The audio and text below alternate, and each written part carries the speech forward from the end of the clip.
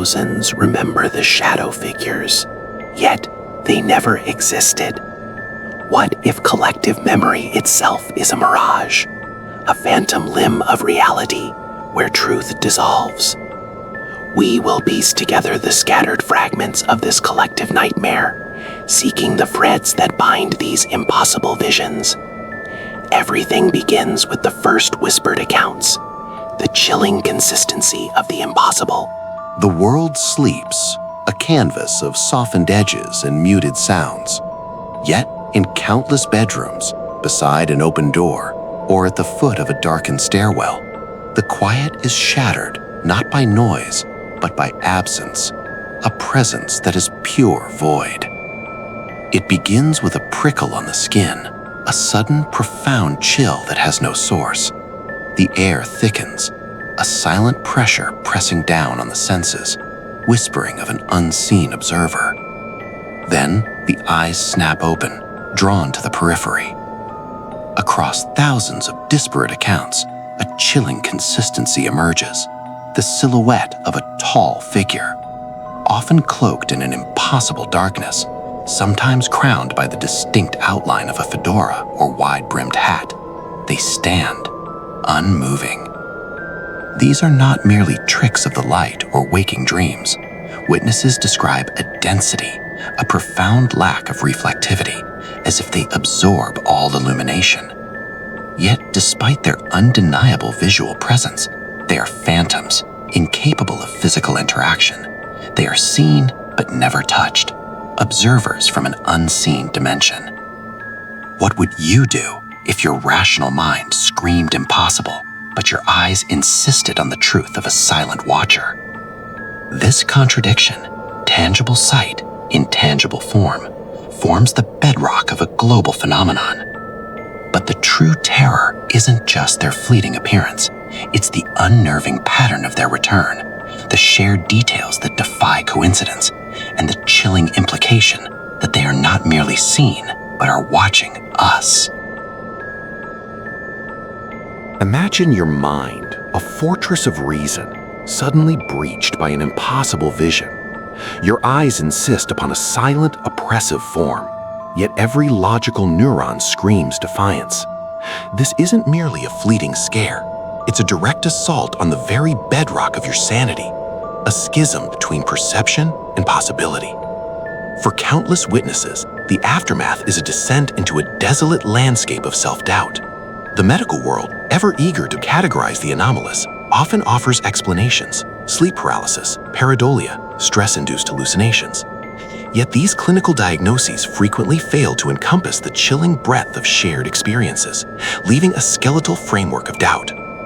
Consider case file 734B. A professor, lucid and awake in his sunlit study, distinctly observed a tall, featureless silhouette for nearly a minute before it simply dissolved.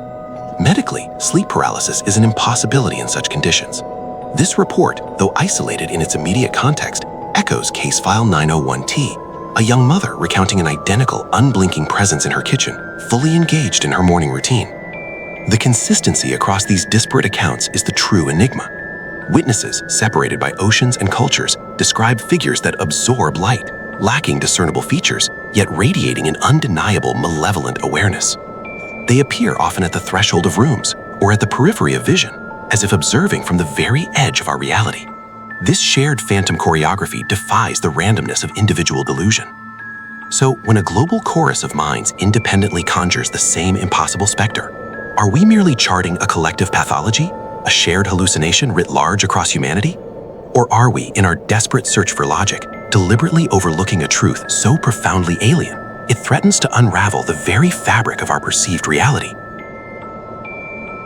The whispers of the world, once dismissed as fragmented echoes of a fevered mind, begin to coalesce. No longer are we merely cataloging the fleeting specters at the edge of sight, the ephemeral blurs that vanish upon direct gaze. A deeper, more insidious thread has begun to weave itself through the fabric of these countless, harrowing accounts.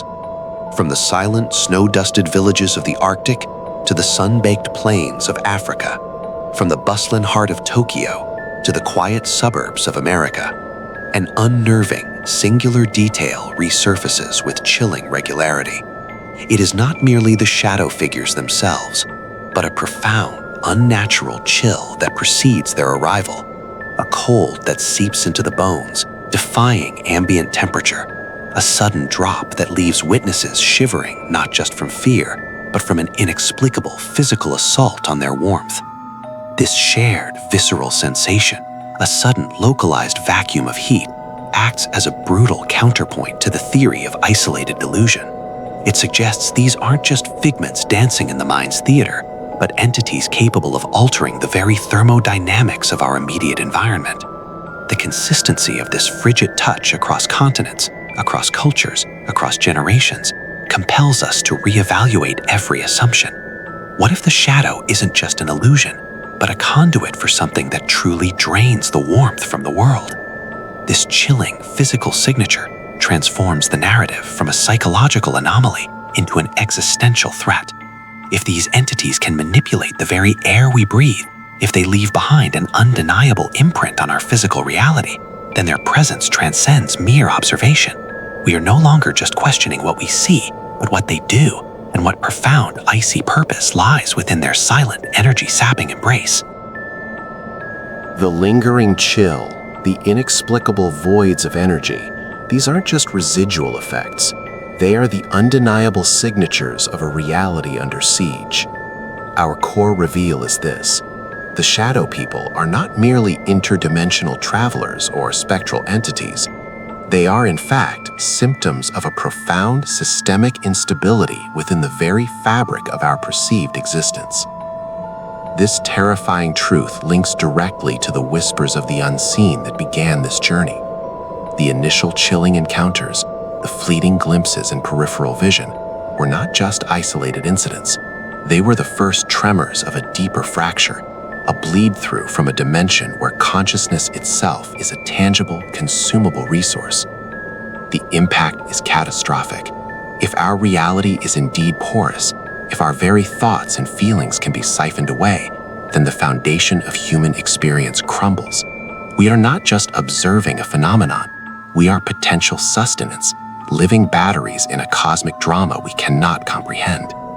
This existential drain leads to profound psychological distress, manifesting as sudden debilitating paranoia, dissociative episodes, and a terrifying loss of self as the victim's internal world unravels. The deeper meaning is a chilling reevaluation of our place in the cosmos. The comfort of a stable, predictable world is exposed as a fragile illusion.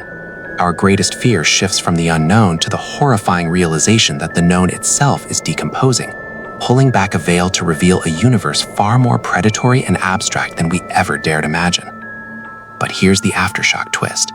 What if the act of perceiving them, of giving them our focus, our fear, is the very mechanism of their sustenance? What if our collective terror, our desperate need to understand, inadvertently strengthens the Terran reality, making us not just victims, but unwitting collaborators in our own diminishment? This chilling possibility compels us to confront an uncomfortable paradox. In seeking to define the shadow people, we might be amplifying the very existential threat that haunts our world. How then can we truly turn away from a truth that fundamentally redefines our existence?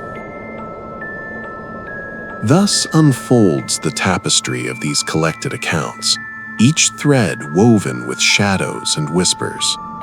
Across these narratives, a consistent pattern of unsettling encounters emerges. Even now, in the quiet corners of our mind, a certain chill may linger. And so, the journey through these shadowed realms gently shifts focus. The unsettling echo of these shared shadows reminds us how fragile our perception truly is. Are these phantom recollections a collective delusion or a breach in reality? If you value dissecting truth where reality unravels, like and subscribe to join our investigations. For another case where perception breaks, click the next transmission on your screen.